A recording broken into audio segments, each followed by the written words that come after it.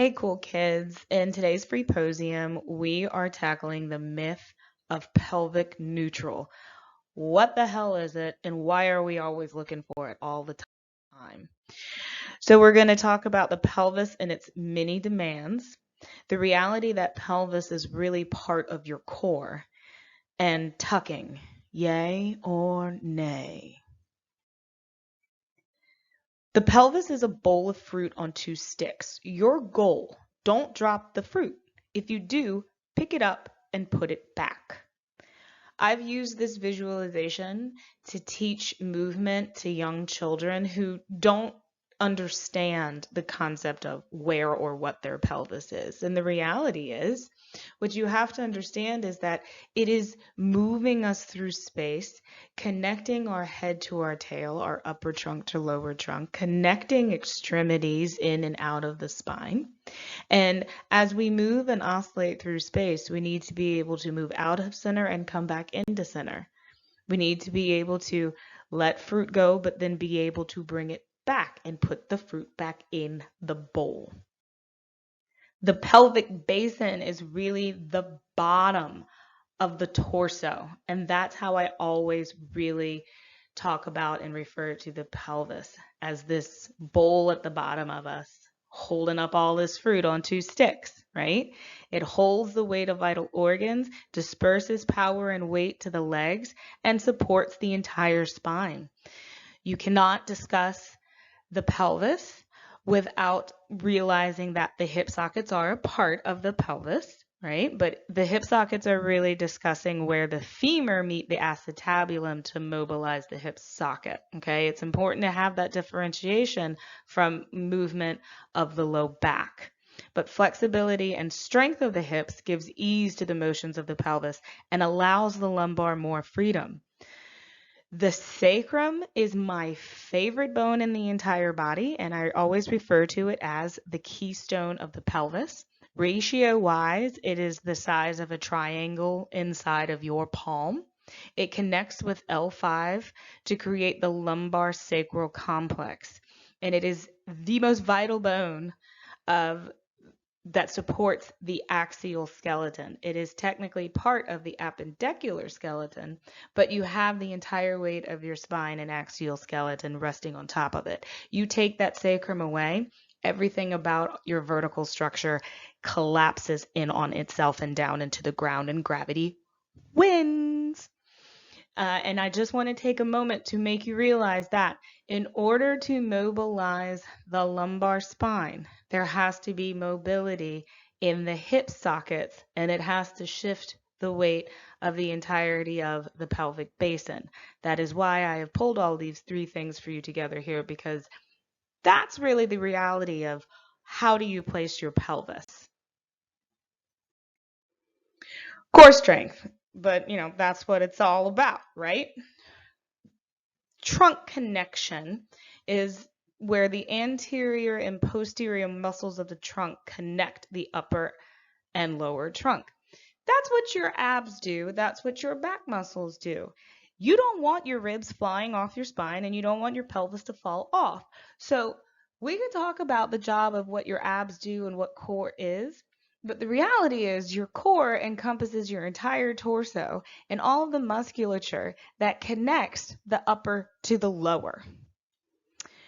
Fluidity. What I mean by that is that pelvic mobility should promote healthy range of the lumbar and thereby the entire spine. Stagnating the position of the pelvis as habit hinders mobility. You've felt it on yourself if you sit at your desk too long. You see it in your clients who are in stagnant positions or habitual positions over and over and over again. And they lose the fluidity and they lose the ease of movement through the hips, which then translates to stiffening in the lumbar, which then brings into more tightness through the thoracic. Let's not even mention those hip flexors. It goes on and on and on and on and on. To say, oh, well, you just need to get your pelvis in the right alignment and then your core is going to work efficiently. I mean, poof, that's a dream. But what does it really mean for your core to actually physically bring your upper and lower trunk in relationship to one another. Not just pull the abs in, bring them into your back, lift and elongate. What does it really mean to say, I've got to bring my pelvis under me. I've got to pull my thorax, ribcage, thoracic on top. That's what core strength is really about. So to tuck or not to tuck? Well, let's talk about alignment and position first. Alignment changes for reasons we can and cannot control. The positioning of the pelvis should carry the spine through movement and support its weight. So you can't just prep someone into a position of tuck and say, here we go, we're off. And to say ears over ankles, the cue to tuck is given specifically to coax length in the lumbar muscles, yet this can't be done without the abdominals. It's the abdominals that, again, connect the lower and upper trunk along with those back muscles. Tucking doesn't always bring the plumb line or your center of gravity or this place where you are stacked on top of yourself. Tucking doesn't always bring that plumb line into power and into fruition.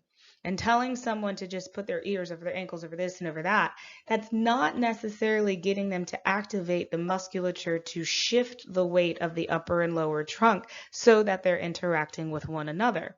So if you've got someone who is incredibly lordotic, telling them to tuck might really, really help them.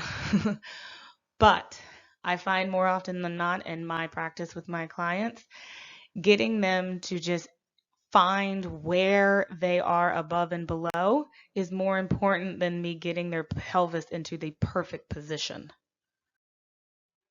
Tilt matters, and you can try it if you don't believe me. Anterior tilting of the pelvis. Now stand up. That's when you take your front hip bones, your ASIS bones, and tilt them forward. It will give you a prevalence. Now that's an important word there, prevalence. Now there's many factors that can adjust what I'm about to say, but in general, there is a prevalence toward lumbar lordosis or sway back. Because of the shift of weight, it tends to yield towards hyperextended knees or weight collapsing back in the knees. And an anterior tilt also has a prevalence towards tight lumbar erectors to weaker abdominals to tight hip flexors. There's a zigzag going on there, right? One without the other. You can't have one, nothing happens singularly. On a posterior tilt, now that's when you're going to pull and tuck under. That's the tucky-wucky, right? When you take those hip bones and you pull them back. And it's going to give a prevalence towards weak or overstretched lumbar muscles, which can really sometimes also have a side effect of very tight lower abdominals. And there's also tight hamstrings, shortened hamstrings, and a prevalence towards thoracic kyphosis, where the upper back and thoracic begin to curve forward because they're being pulled down, right? Now, you tilt your pelvis back and forth. You can also tilt it side to side. You can work it all around town. That's what your hip sockets are there for, to allow you to roll the bowl of fruit around on the sticks. Because you do that, you're allowed to mobilize your lumbar and the fruit gets to move. But don't let it fall apart, because no matter what, you always got to walk out of room in one piece, all the fruit back in the bowl. Which leads me to the truth bomb. Tilting is a part of moving, and there are many variables to upset the rules of positioning the pelvis for dynamic alignment. No one thing is for everyone. So you need to assess a client in the way they greet you, how they move naturally in their surroundings, not how they respond to your cues. It's one of our biggest mistakes as a teacher is over cueing before we've even seen them move. It's about movement. Does someone need the cue to curl under and pull their pelvic bone up towards their ribs? Does somebody need to let their low back arch and sway so they can ground down into their hips? Maybe one hip's hiked up to the ears and the other one just is all the way down by the ankle. But if you see these things, but you haven't seen it in motion, you don't necessarily know how the pelvis and everything is working together or how imbalances are working against you. So instead of asking, am I in neutral? Ask yourself, where's my resting alignment with what I feel in contact with the ground? Right? Body shape is going to be different, and it's going to have a different response to how we lay down and how we feel the mat underneath of us. Take a moment, take some deep breaths, and really ask, where is the ground? Next, ask, how is my lumbar responding to the weight of the position? Right? Now, when you're laying supine on your back, gravity is still loading into your lumbar. It also is loading into your lumbar if you're lying prone on your stomach. Okay? So there's always some force on you. Otherwise, we'd be floating around in the atmosphere, right? How is your lumbar responding to that weight? Can I initiate independent movement between the hip socket and the lumbar pelvic complex? Simple knee folds, knee sways, little single clams turning in and out, working internal, external rotation. Are you really, really cleanly moving the ball in the socket? Or is L5 and S1 getting a little bit up in the party? You need to be able to differentiate these things so that they can work independently and have the fluidity to work together. And then ask yourself, can my core unify and stack the weight of the upper and lower trunk? We are always going to be going forward, backward, side to side, falling through and off of center.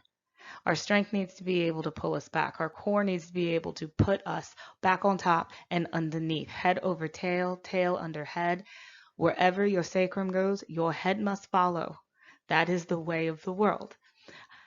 Take a moment and go through these exercises and ask yourself these questions for yourself, and then take that into your sessions with your clients and discover that looking for pelvic neutral isn't what you're trying to do. What you're trying to do is get that body in front of you to work most efficiently and with its most powerful movement.